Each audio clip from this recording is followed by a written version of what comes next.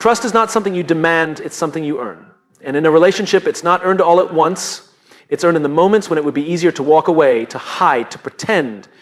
Real trust is built slowly, patiently, over time. It begins not with promises, but with purpose. When you know why you're in a relationship, not just because it feels good, but because it aligns with who you are, trust becomes the natural byproduct of shared intention. Most couples think trust gets broken by one catastrophic moment, but the truth is it often erodes quietly over time through small inconsistencies. That's why trust doesn't come from grand romantic gestures. It comes from consistency. It's in showing up day after day with integrity. It's in the quiet things, checking in, following through, being there when you say you will be. Intensity is exciting, but it's consistency that builds a foundation. Trust in a relationship doesn't begin with the words, "I love you," and it certainly doesn't begin with promises that are made in the heat of a moment. It begins with purpose. It begins with understanding why we are in the relationship in the first place. When we don't know our own purpose, when we don't understand our own values, needs, or the direction we're heading, it becomes nearly impossible to build trust with someone else, because trust is not just about reliability, it's about alignment. Alignment of values, alignment of vision, alignment of heart. When two people come together without a clear sense of why they're together, they often try to substitute promises for purpose. They say things like, "I'll never hurt you," or "I'll always be there."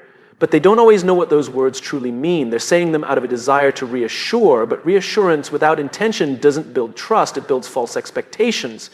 Because no matter how much we want to protect our partner, life will test us. We will disappoint each other. We will have bad days, miscommunications, and moments of doubt. What carries us through those moments isn't the promise that nothing will ever go wrong. What carries us is the deep knowledge that we are rooted in the same purpose. When you know why you're with someone, when you see your relationship as a shared journey rather than just a source of comfort or validation, your choices begin to reflect that purpose. You stop operating out of fear. You start operating out of clarity. You show up differently. You communicate more openly. You take ownership of your emotions and how they impact your partner. Because you're not just trying to survive together, you're trying to grow together. And that makes a world of difference. Purpose is what grounds us when everything else feels uncertain, when trust is shaken by an argument, by stress, by distance. It's the shared sense of why that brings us back. Couples who lack this often drift apart, not because they stop caring, but because they never really agreed on what they were building in the first place. They may have loved each other, but loved without direction is like a car with no map. It can feel thrilling for a while, but eventually you start to wonder where you're going. Trust thrives when two people can say, "We're in this for something bigger than today." It might be to grow a family, it might be to heal together, it might be to create a partnership that reflects their highest values. Whatever it is, it must be clear, because when purpose is clear, behavior becomes consistent. And consistency is the backbone of trust. It's not about being rigid, it's about being rooted. Rooted in a sense of why you're here, why you've chosen each other, and what kind of relationship you want to create. That's what gives depth to your words and meaning to your actions. That's what makes "I love you" feel safe instead of uncertain. It's not about the poetry, it's about the presence. The intention behind every action. So if you want to build trust, don't start with a vow, start with a vision. Talk about what matters most to you. Talk about where you've come from and where you want to go. Invite your partner into your purpose and ask to be invited into theirs. When you do that, trust doesn't need to be forced. It becomes the natural result of a shared life lived with intention. And that's the kind of trust that lasts. In relationships, we often fall into the trap of believing that the most powerful way to prove our love or earn someone's trust is through big, dramatic gestures, the surprise trips, the expensive gifts, the elaborate apologies after a mistake. These intense moments feel grand, emotional, and important. But when it comes to building lasting trust, they are not enough. What truly matters is consistency. It's not what you do once in a while that counts. It's what you do every single day. Trust doesn't grow in extremes, it grows in stability. A person might say they love you every morning, but if they disappear emotionally when things get hard, those words lose meaning. On the other hand, someone who shows up for you quietly, consistently, without needing applause, that's someone you begin to trust deeply. Because consistency means reliability. It means you don't have to guess which version of your partner you're going to get today. It means you can relax into the relationship knowing you're safe. Intensity is exciting, but it's often unsustainable. Anyone can be charming on a date night or say the perfect thing in a crisis. But consistency shows up on the ordinary days. When you're tired, when you're irritated, when life is busy and messy and nothing feels special, if you can still be kind, still be supportive, still be honest, that's where trust begins to deepen. It's the rhythm of your behavior that tells your partner, you can count on me. And this doesn't just apply to the good things. Even the consistency of our reactions during conflict matters. If you respond to every disagreement with explosive anger one day and cold silence the next, your partner will start walking on eggshells.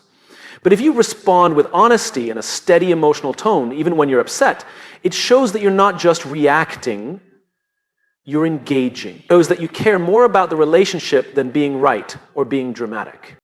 The truth is, consistency requires maturity. It asks you to be intentional, to take responsibility for your actions, and to keep showing up even when the excitement wears off.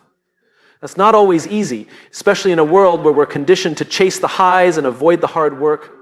But meaningful relationships are built on the small, repeated actions that say, I choose you. Not just today, but again and again. Think about the routines that hold couples together. Checking in with each other during the day, saying good morning and good night. Making time for real conversations, even when schedules are tight. Following through on promises, no matter how small.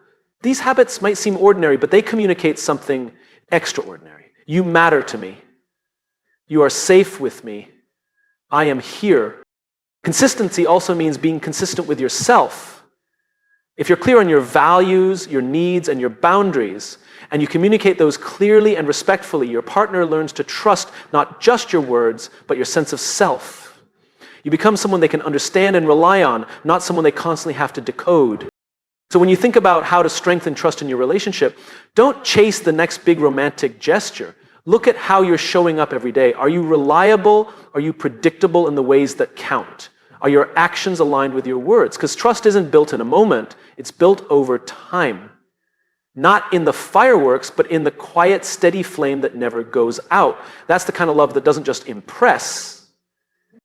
Vulnerability is often misunderstood. Many people think of it as a sign of weakness, something to be avoided or hidden, but in reality, vulnerability is the foundation of deep connection and the gateway to building real trust in a relationship. It is not about falling apart or oversharing, it's about being authentic. It's about showing your partner who you really are, your fears, your hopes, your flaws, and your dreams without the mask, without the performance. That's not weakness, that's courage. Most of us are raised to protect ourselves emotionally. We're taught to be strong, to be in control, to never let someone see us sweat. But when it comes to love and partnership, that mindset becomes a barrier. Because if your partner can't see the real you, then who exactly are they loving? You can't build intimacy behind a wall. And you certainly can't build trust if you're only ever presenting the polished version of yourself. Vulnerability means saying, I don't have all the answers. It means being willing to admit when you're hurt, when you're scared, or when you've made a mistake. It means being open enough to say, I need you, or I'm afraid I'm not enough, or this matters more to me than I'm letting on. These aren't admissions of failure, they're invitations to connection. They tell your partner, this is who I am, can you meet me here? And when someone meets you there with understanding instead of judgment, it creates a bond that is deeper and more durable than anything built on surface level communication.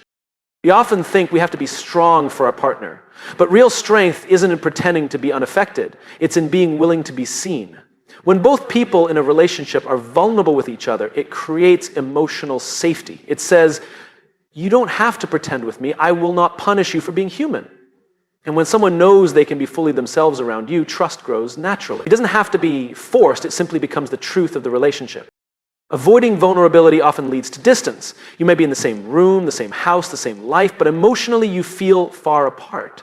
That distance usually starts when one or both partners begin hiding how they really feel, maybe out of fear of rejection or because they've been hurt before. But the more we suppress what's real, the more alone we start to feel, even in a relationship. Vulnerability is the bridge back. It's the act of saying, I'm still here, and this is still me. It also plays a key role in healing. Every relationship faces challenges. There will be missteps, miscommunications, and moments of pain. But if you can be vulnerable enough to say, that hurt, or I didn't feel seen, or can we talk about this, you open the door to repair. Without vulnerability, problems get buried, resentments build, the silence becomes louder than the words. But vulnerability keeps the dialogue alive, keeps the relationship alive. And it's important to remember that vulnerability is not about dumping all your emotions without care. It's about being intentional. It's about choosing to share what's real in a way that invites closeness, not chaos. It takes self-awareness, it takes emotional maturity, and it takes trust even before trust is fully formed. So if you want to build something lasting, something real, let yourself be seen, not just when you're winning, but when you're learning, not just when you're strong, but when you're struggling. That's where trust is built. That's where love gets real. Vulnerability isn't the risk, it's the way forward. It's not the weakness, it's the strength. One of the most common reasons trust breaks down in relationships isn't betrayal, it's miscommunication. And more specifically, it's the way we listen. Most people don't actually listen to understand, they listen to respond. They listen to defend, they listen to win.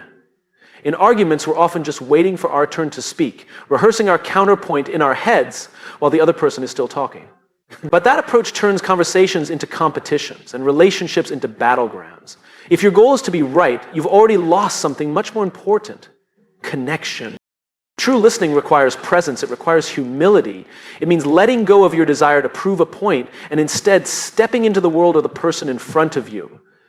When your partner shares something, especially something painful or difficult, they're not just giving you information, they're giving you a piece of themselves. And how you respond to that moment sets the tone for how safe they feel in the relationship. Understanding doesn't always mean agreeing. It means caring enough to ask, why do you feel that way? Or help me see it from your side. It means asking questions with curiosity rather than accusation. It means quieting your ego long enough to hear what's underneath their words. Because sometimes people don't know how to express what they really mean. Sometimes anger is covering fear. Sometimes silence is hiding pain. If you only listen to the surface, you'll miss what truly matters. When couples stop trying to win arguments and start trying to understand each other, everything changes. The tension softens. The space becomes safer. Your partner doesn't have to shout to feel heard or shut down to feel protected. And that's when real trust starts to build.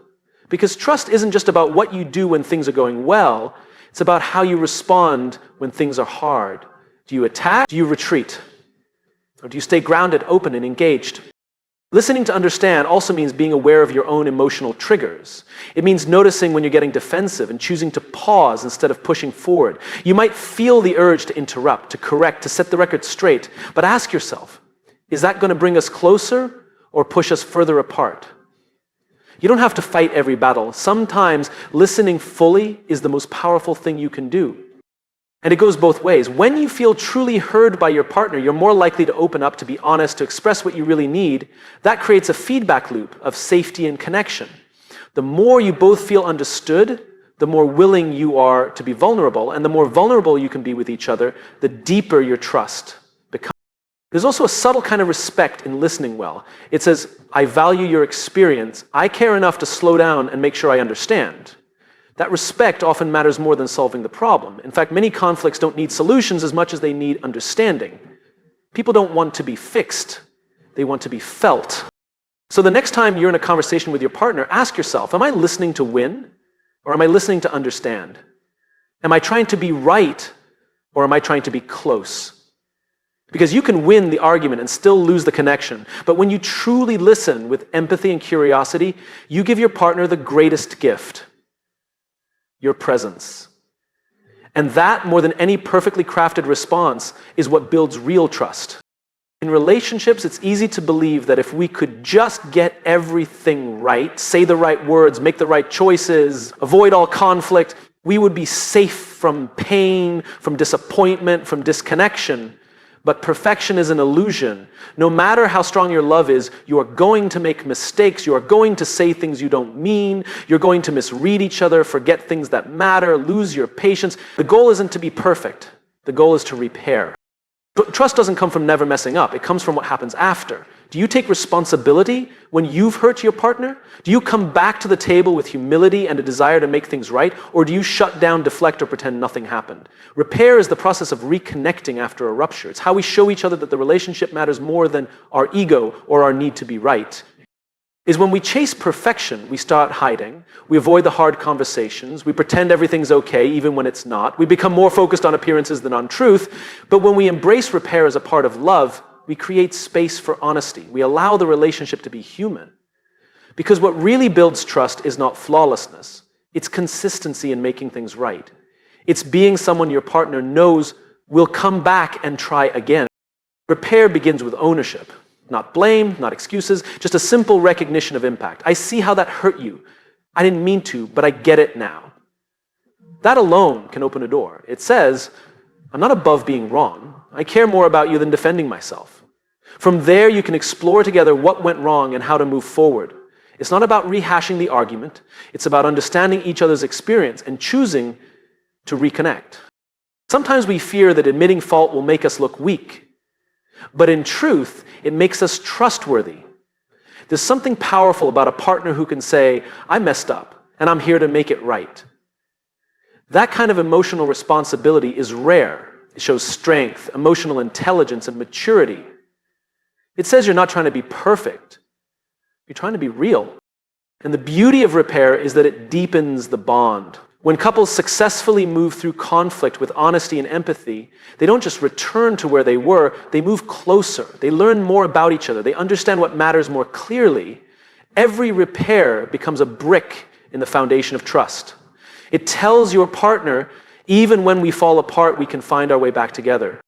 It's important to remember that repair doesn't always mean fixing everything overnight. Some wounds take time. But even the willingness to stay present, to keep the lines of communication open, makes a difference. Sometimes just saying, I'm not sure how to fix this yet, but I'm committed to working through it, is enough to begin healing. Relationships are not built on a flawless record. They're built on resilience, on the ability to weather storms together and come out stronger. So stop aiming for perfection. It will only make you anxious and disconnected. Instead, aim to be someone who shows up after the fall, who apologizes when it's needed, listens when it's hard, and chooses repair over pride. Because trust isn't about never breaking. It's about knowing that when something does break, you will both be there to rebuild it together. That's what makes love last, not perfection, but the willingness to heal. Trust is not a one-time achievement. It's not a box you check off or a milestone you hit and then forget about. Trust is a practice, is something you show up for every day in small, often unseen ways. It's built over time in the rhythm of your actions, the tone of your voice, the follow-through of your promises. It's fragile not because it's weak, but because it's alive. And anything that's alive requires care. A lot of people treat trust like a destination, something you arrive at after a few honest conversations or a few years together or a handful of shared experiences. But trust doesn't work like that. You don't earn it once and keep it forever. You earn it by the way you live, love, speak, and listen over and over again. One right action doesn't guarantee trust any more than one wrong move destroys it. What matters is the pattern, the practice, the consistency. When you see trust as a practice, you begin to treat your relationship with more intention. You don't take the connection for granted. You understand that every moment is an opportunity to either strengthen the bond or create distance. You pay attention to the little things, the way you greet each other, how you resolve conflict, how you respond when your partner is vulnerable. You understand that trust is less about grand declarations and more about how safe someone feels in your presence. It's not just about big betrayals. Trust is impacted by the way we handle everyday interactions. Do you say what you mean? Do you follow through on your commitments? Do you speak with respect even when you're upset? Do you stay emotionally available, especially when your partner needs you most? These questions reveal the practice, because trust isn't just a feeling, it's a reflection of how you behave over time. Seeing trust as a practice also helps you stay grounded when things get hard. In long-term relationships, there will be moments of doubt, moments when the connection feels strained or uncertain. If you treat trust like a fixed point, these moments can feel like failure. But if you see trust as an evolving practice, you can approach those moments with patience and perspective. You don't panic, you don't give up, you simply keep showing up with honesty, with empathy, with effort. And here's the powerful thing. Trust is a two-way street, but it starts with you. You don't have to wait for your partner to be perfect in order to practice trust. You can choose to be trustworthy. You can choose to be someone who leads with transparency, who honors their word, who owns their mistakes, and who communicates with care. Your consistency becomes an invitation. It says, this is what safe looks like. You can meet me here when you're ready. Trust also includes how you handle yourself. Can you trust yourself to stay grounded when triggered? Can you trust yourself to listen before reacting, to admit when you're wrong, to repair when you've caused harm? Your relationship with yourself is the foundation of every relationship you build. If you want your partner to trust you, you have to be someone who lives with integrity, even when no one's watching. Ultimately, trust is not about arriving at a perfect place. It's about walking a shared path, one mindful step at a time. It's about practicing presence, patience, and responsibility. It's about the quiet promise that says, I am here. I am real. I will keep showing up. Not because it's easy, but because it matters. Trust isn't the end of the journey. It's how the journey is made.